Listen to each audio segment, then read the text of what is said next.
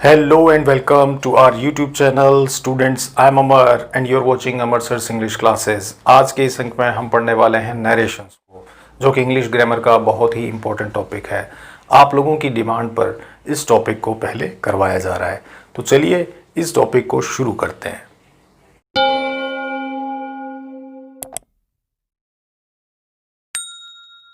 Narration means कथन। इसे अन्य शब्दों में इंग्लिश में रिपोर्टेड स्पीच और डायरेक्ट स्पीच व इनडायरेक्ट स्पीच के नाम से जानते हैं। अब नरेशन जनरली क्या होता है? नरेशन होता है किसी भी वक्ता के द्वारा कही गई बात को व्यक्त करने की कला। The art of reporting the words of the speaker is called narration।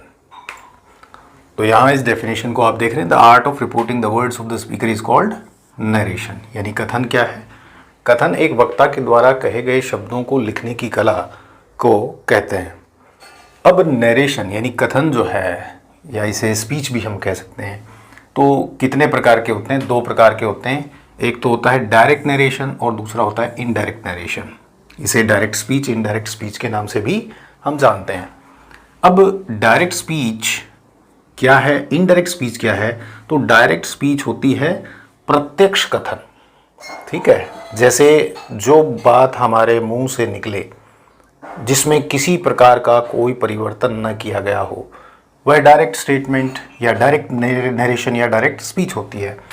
Indirect जिसमें अप्रत्यक्ष रूप से बात कही गई हो, यानी कहने वाले के एब्सेंस में उस बात को हमने किसी तीसरे को बताया हो, तो वो होता है इनडायरेक्ट नरेशन। तो डायरेक्ट नरेशन की परिभाषा क्या है? The actual words spoken by somebody are called direct narration. वास्तविक शब्द जो भी एक वक्ता के द्वारा कहे गए हैं उनको डायरेक्ट नरेशन कहते हैं। The gist of something spoken by somebody without using exact word, without using exact word. Now this is important कि indirect narration या indirect speech वह होती है जहाँ पर बोलने वाले के द्वारा कही गई बात को मूल शब्दों में न कहते हुए उस बात का एक सारांश अपने शब्दों में बनाते हुए हम किसी व्यक्ति के सामने रखें। फॉर एग्जाम्पल, दो फ्रेंड्स हैं, वो आपस में जो बातें करते हैं वो एक दूसरे को डायरेक्ट वे में अपनी बातें शेयर कर रहे हैं। अब वो जब उस बात को किसी अन्य व्यक्ति को जब बताते हैं तो वह बात जो होगी वो इनडायरेक्ट होगी। और इनडायरेक्ट स्पीच को अगर हम बहुत ही सरलतम तरीके से जानना चाहें तो सिंपल सी बात है कि जैसे कहा जाता है कि बैक बाइटिंग यानी चुगली करना, तो बहुत हद तक इनडायरेक्ट स्पीच भी चुगली करना ही है, क्योंकि यहाँ हम कहने वाले की अनुपस्थिति में उस बात को किसी अन्य व्यक्ति को बताते हैं। बस वही कुछ इनडायरेक्ट नरेशन में होता है। तो चलिए देखते हैं कि डायरेक्ट नरेशन, इनडायरेक्ट नरेशन। सबसे पहले डायरेक्ट नरेशन को विद एग्जाम्पल हम समझेंगे। तो एक स्टेटमेंट यहाँ ले रहा हूँ, इस एग्जाम्पल से हम इसको समझेंगे। जैसे Rohan said to Meena, I shall go to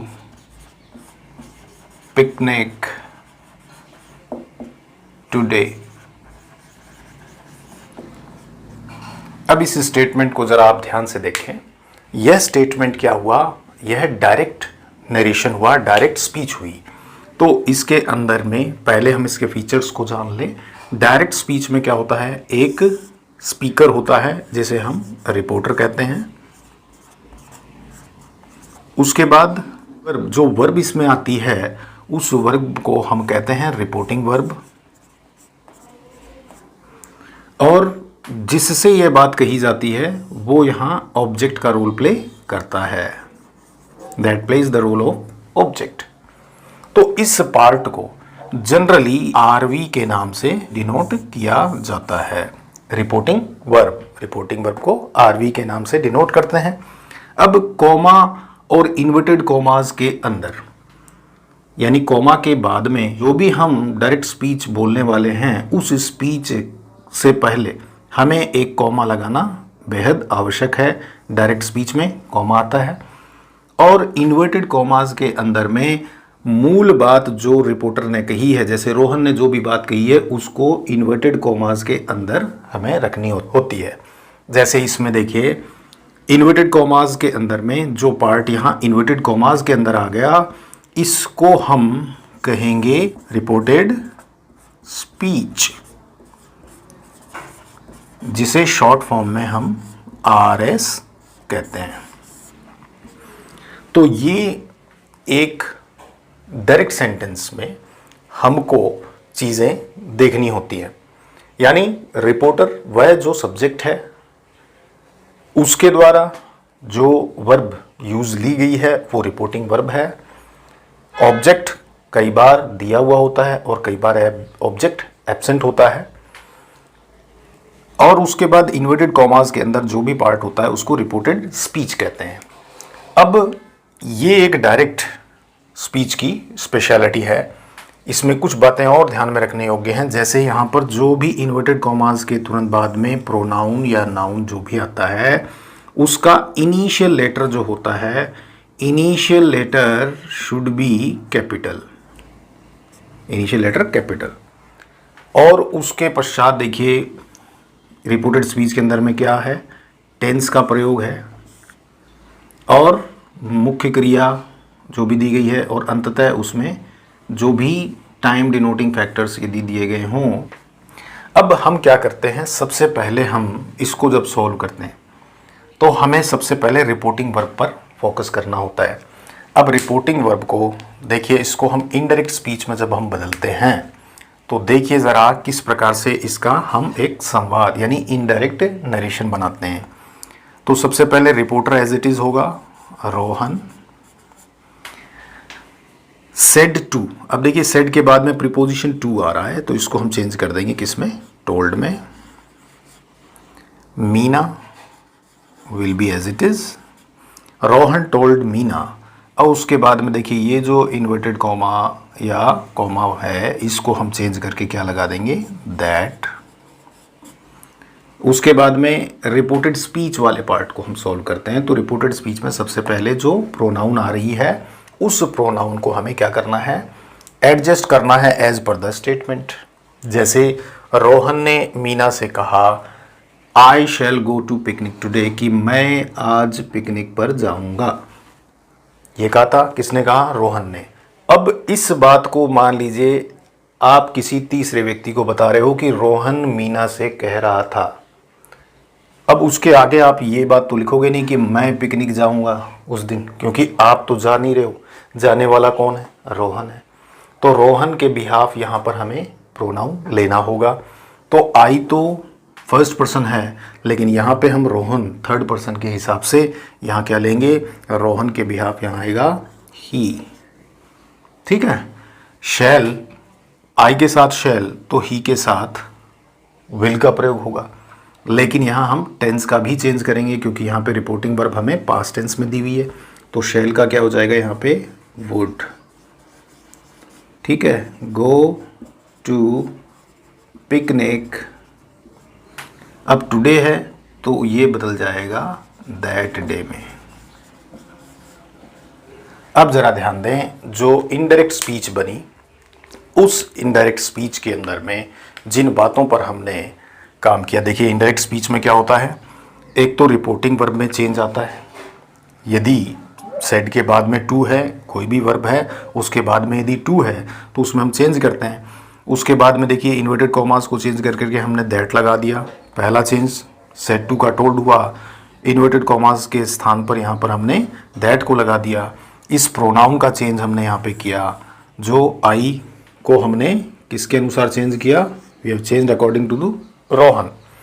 Rohan is third person. उसके बाद में शैल, ये टेंस है, इस टेंस को हमने बदला, we have changed the tense future.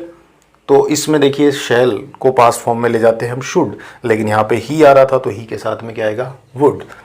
उसके बाद में remaining things will be the same, और फिर ये टाइम डिनोटिंग जो स्पेशल वर्ड्स हैं उनको हम चेंज करते हैं टुडे का दैट डे। तो अब हम स्टेप बाय स्टेप इसमें चीज़ों को करने वाले हैं। अब ये जो चेंजेस हैं इनके लिए कुछ बातें विशेष हैं जिनको हमें ध्यान में रखना है। सबसे पहले जैसे हम सॉल्व करते हैं तो सबसे पहले हमें क्या करना होता है, जो भी रिपोर्टिंग वर्ब दी गई होती है उस पर हमें फोकस करना होता है। तो let's see what are the different reporting verbs which we can find in the statement. Reporting verbs में सबसे पहले हमें क्या ध्यान देना है कि reporting verbs जो हैं वो either present, past या future में हो सकती है। तो present के reporting verbs क्या हो सकते हैं, से, सेज या से टू या सेज टू, ठीक है। तो ये कुछ प्रेजेंट की वर्ब्स हैं जो रिपोर्टिंग वर्ब के रूप में आ सकती हैं। पास्ट में सैड या सैड टू रिपोर्टिंग वर्ब आती है। इसी प्रकार फ्यूचर में विल से या शैल से का प्रयोग। जैसे मान लीजिए ये चीज़ों का प्रयोग यदि होता है तो इनको किस प्रकार हमें बदलना है। तो सबसे पहला काम यही है रिपोर्टिंग वर्ब का। तो देखिए यदि से आ जाए तो से का से ही रहेगा, यदि सेज हो तो सेज का सेज ही रहेगा, यदि से के साथ प्रीपोजिशन टू आ जाए तो वो बनेगा टेल, और सेज टू आ जाए तो उसका बनेगा टेल्स। तो पहला चेंज तो ये जो हमें करना है। उसके बाद यदि मान लो पास्ट में दी गई वर्ब है, सेड है, तो सेड का सेड ही रहेगा, लेकिन सेड के साथ प्रीपोजिशन टू जुड़ा हुआ आ जाए तो वो बन जाएगा टोल्ड, ठीक। फिर विल से यदि आ जाए तो विल से का विल से ही रहेगा, और अगर शैल से आ जाए तो शैल से ही रहेगा, ठीक। तो जनरली फ्यूचर में कम ही एग्जाम्पल हमको देखने को मिलते हैं, लेकिन पास्ट और प्रेजेंट सबसे ज़्यादा एग्जाम्पल हमें किसके मिलते हैं, पास्ट टेंस के मिलते हैं, जो basically exam point of view बहुत इंपॉर्टेंट है। अब इस दोनों में अंतर क्या है इसको ज़रा विशेष समझ लें।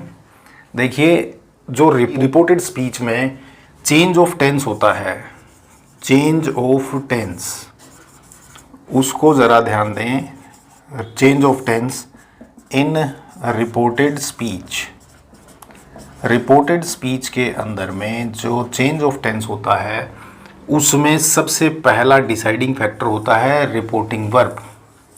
यदि reporting verb is equals to present tense और फ्यूचर टेंस, ठीक है।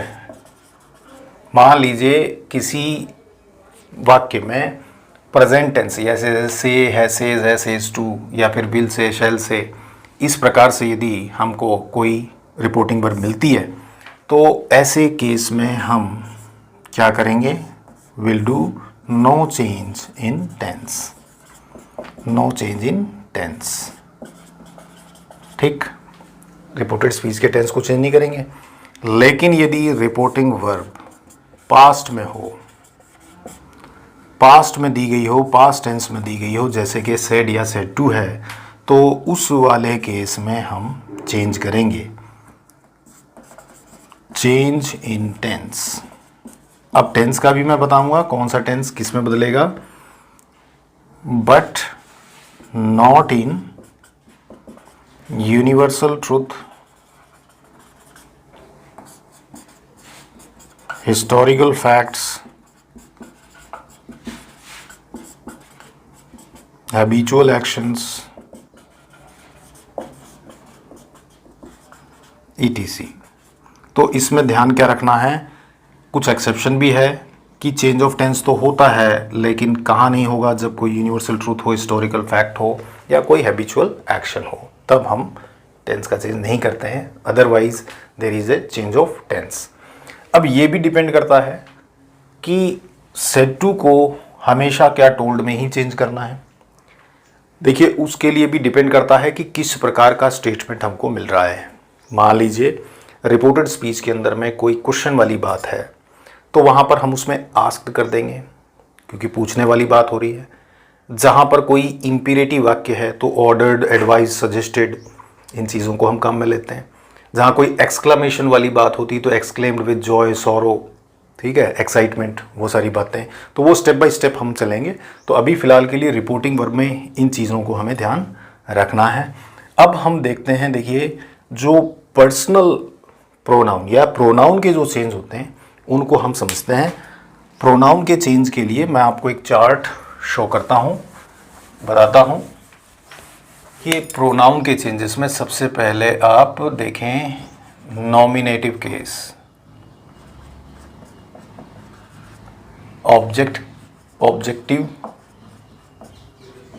Objective case, then possessive case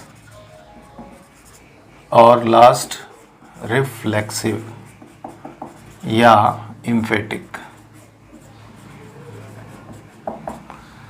अब इसमें देखिए, इन प्रोनाउंस में जनरली यदि फर्स्ट पर्सन में हमको दिया गया है, फर्स्ट पर्सन में क्या होता है, आई और वी। सेकंड पर्सन क्या होता है, यू। थर्ड पर्सन होता है ही, शी, इट या फिर दे। ठीक है। अब इनके चेंजेस देखिए, आई को नाउन के स्थान पर, यानी ये प्रोनाउन जब नाउन के स्थान पे हो तो यही होंगे। जब इनको ऑब्जेक्ट के स्थान पे ले जाते हैं तो देखिए, आई का क्या बन जाता है, मी। वी का क्या बन जाता है, अस। यू का क्या बनता है, यू। ही का हिम, शी का हर, इट का इट, दे का देम। तो एक तो पहला जो हमें चेंज समझ लेना है कि यदि नाउन के स्थान पे है तब तो आई, वी, यू, और जब उसको ऑब्जेक्ट के प्लेस पे लेते हैं, जैसे यह काम मेरे द्वारा किया, this work is done by me, तो मी आ गया ऑब्जेक्ट के प्लेस पे। अब इनमें अगर पोजेशन यानी पोजेशन दिखानी है तो ये हो जाएगा आई का माई या माइन। ठीक है। उसके बाद वी, अस, ये हो जाएगा आवर।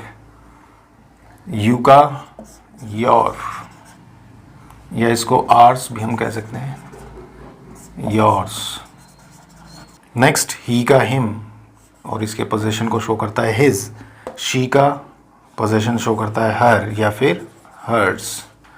इट का इट्स होता है, और दे का देम, और इसको पोजीशन शो करना है तो होगा देयर्स। ठीक है। यानी ये संबंध बताने के लिए यूज़ में हम लेते हैं। तो ये चेंजेस हमें बड़े ध्यान रखने हैं, क्योंकि जैसे हम इनडायरेक्ट स्पीच में बनाएंगे तो कई बार हमें इन केसेस को भी ध्यान में रखना ही पड़ेगा, और इसके अकॉर्डिंगली ही हम चेंज करते हैं। अब रिफ्लेक्सिव इम्फेक्टिव केस में यदि हम आए तो देखिए, आई का माई और माई का क्या बनेगा, रिफ्लेक्सिव केस माई सेल्फ। ठीक है। वी आर, और इसका क्या हो जाएगा, आर सेल्व्स, प्लूरल है। इसके बाद यू, योर, योर, तो इसमें योर सेल्फ सिंगुलर केस और योर सेल्व्स प्लूरल केस।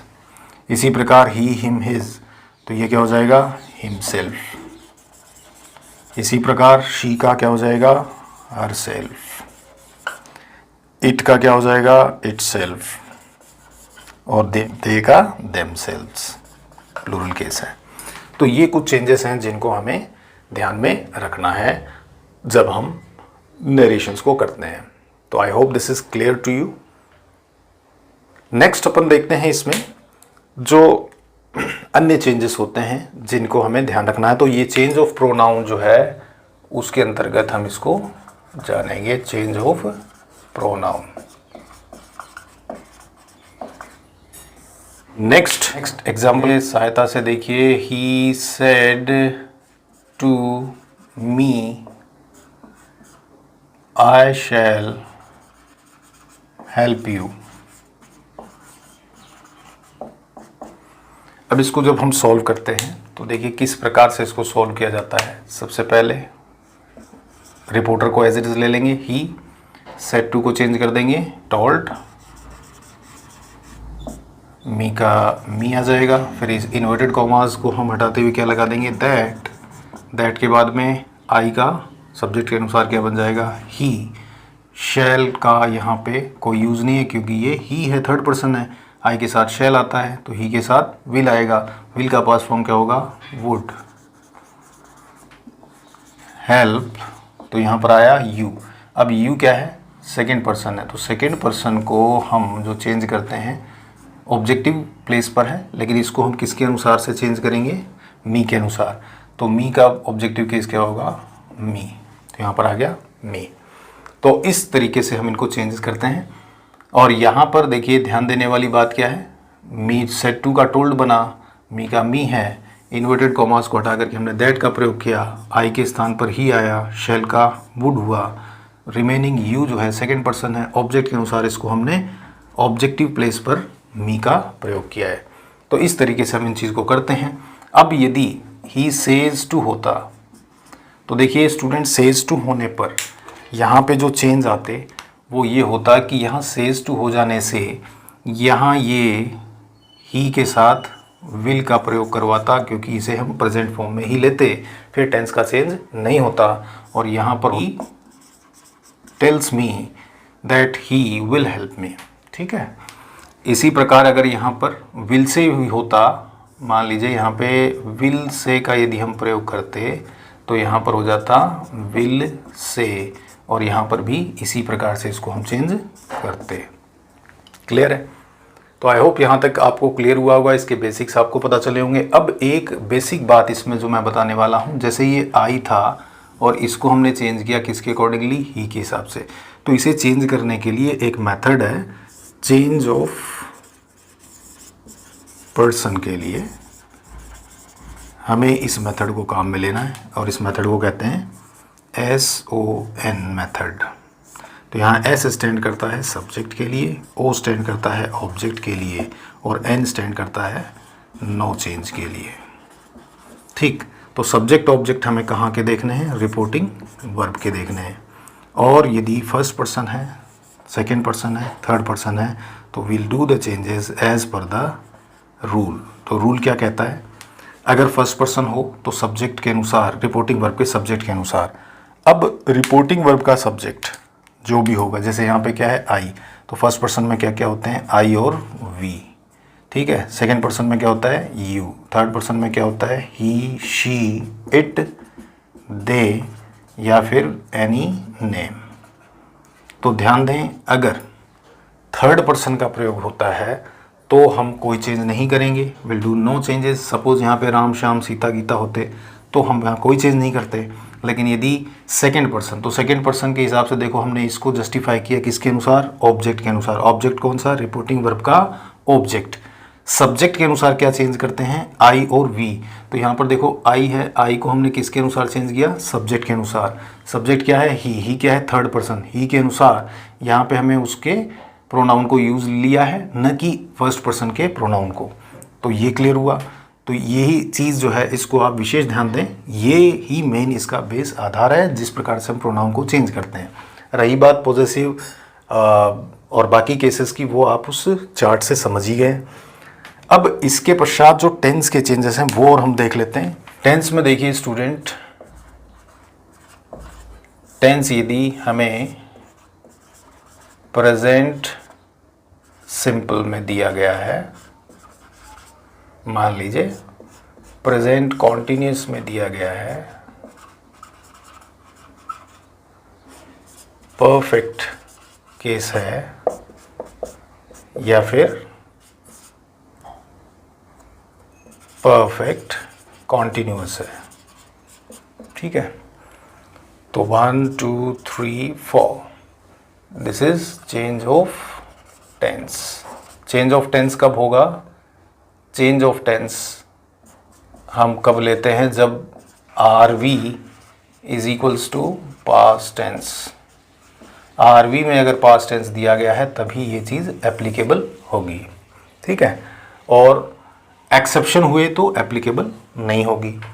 अब देखो ये हुआ पांचवा, यदि हमें पास्ट सिंपल दे दिया, ठीक है, छठा यदि पास्ट कॉन्टिन्यूस दे दिया, सातवां यदि पास्ट परफेक्ट दे दिया, आठवां यदि पास्ट परफेक्ट कॉन्टिन्यूस दे दिया। तो कैसे इनके चेंजेस करते हैं वो हम इसमें देखते हैं।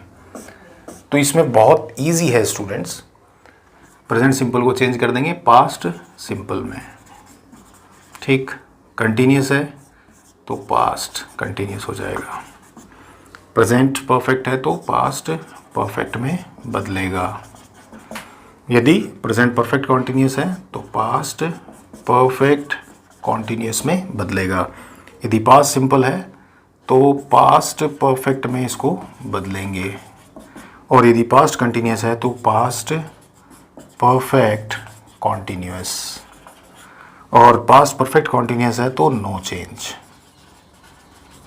और यदि पास्ट परफेक्ट कंटिन्यूस है तो भी नो चेंज, इसको एज इट इज लेंगे। तो ये तो हो गए प्रेजेंट और पास्ट के। यदि फ्यूचर वाले सपोज विल शैल हमको दे दिए, तो विल शैल वाले केस में हम क्या करेंगे, इफ सपोज हमें मिल गए विल या शैल फ्यूचर के, तो इनको हम जनरली चेंज किस में कर देंगे, शुड को अवॉइड करेंगे, इसको हम चेंज कर देंगे किस में, वुड में, ठीक है। उसके बाद यदि हमें कोई मॉडल वर्ब्स मिलते हैं, तो मॉडल वर्ब के चेंजेस क्या क्या होते हैं। मॉडल वर्ब्स में जैसे मान लीजिए मैं अगर दे दिया, ठीक है, एंड मस्ट, मान लीजिए ये आ जाए, तो इनको हम क्या करेंगे, मे का पास्ट फॉर्म यूज करेंगे, क्या, माइट, कैन का कुड, मस्ट का हैव टू, और रिमेनिंग जो भी मॉडल्स हैं वो ऑलरेडी पास्ट फॉर्म में होते हैं, तो उनको चेंजेस करने की ज़रूरत नहीं होती है। तो यहाँ तक हमें इन चीज़ों पर विशेष फोकस करना है, और ये अगर हमने ध्यान में रख लिया तो आई होप इसमें आपको किसी प्रकार से कोई प्रॉब्लम नहीं होगी। So I hope that you have understood each and every concept which is told to you, and we'll meet in our next episode with part 2 of this episode. So till then, goodbye.